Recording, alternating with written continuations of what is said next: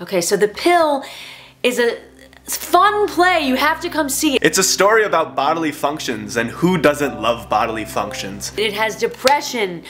It has eating disorders. It's about sneezing. It's about vomiting. It has dementia. It has suicide. It's about starving yourself to death.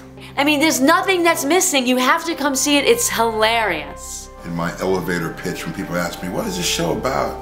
I always say it's like Little Miss Sunshine with an eating disorder. I got the idea to do The Pill 9 years ago when a certain incident happened in my family.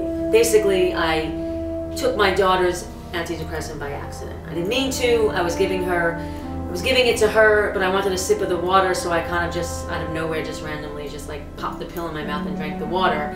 And I freaked out because I was terrified of meds at that point, and I was freaking out about taking a med, and I thought it was like gonna kill me, and I ran into the bathroom and I was just like, help, help, how do I get rid of it? How do I throw this up? And I'm asking my anorexic daughter how to throw up a pill, and I realized this is really crazy. Like this is really funny. This is going into a play one day. Even though I really was freaking out and having a panic attack, and literally like for the next year it was like falling apart. I did say this is going in a play one day, and so that was the initial inspiration for The Pill. And I think I always talked about it to my kids too, like, do you know that time that's going in the play? I wanted to write a script, and so images started crossing my mind of my mother, my sister, and I in the bathroom while my mother tried to throw up her daughter's antidepressant.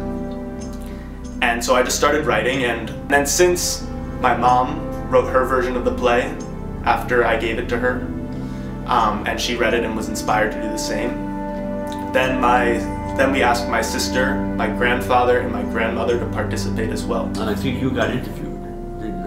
Did Mala ask you questions about that? Yeah, about that time when she accidentally swallowed the pill? That time way back? I don't You don't remember that?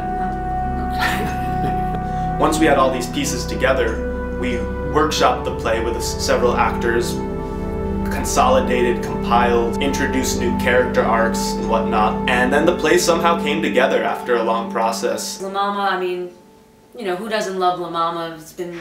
It's legendary. You know, I've seen so many great things there, and I feel like fits perfectly with the kind of story this is and kind of my mentality as an artist, but our whole families. LaMama is the space for this piece because I have a great history with LaMama. In the past 25 years, I think this is my 8th or 9th show I've done there. And LaMama also has numerous spaces, and so since I always think of LaMama anyway, I think of spaces that best suit the project. We're very honored to be presenting The Pill at LaMama, becoming a part of their long and rich history in progressive theater. It's a real thrill. Through all the twists and turns, ups and downs that happen in this story, it's a lot of joy, a lot of absolutely hysterical moments, and a lot of darkness and sadness. It is those familiar elements that hopefully will send our audience home with an uplifted feeling, something positive to hold on to. The day that we solidified the LaMama run that was going to happen in January was July 26th.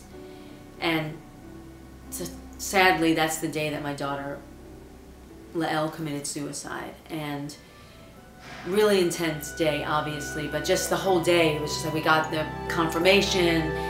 I was working on another show. We ran into Randy, the director of The Pill, that day randomly in the streets, and boom, it was like all these things happened, and then Lael committed suicide. And but I never really thought of not putting on The Pill because I love the play. I think it's important. I think it's all about voices. I don't think that her death has changed anything about what the show was about. I mean, the show did talk about suicidality in it anyway, and turns out that she, in her suicide note, the last lines that she wrote in it were, P.S. Mommy and I finished The Pill. Big things are gonna happen.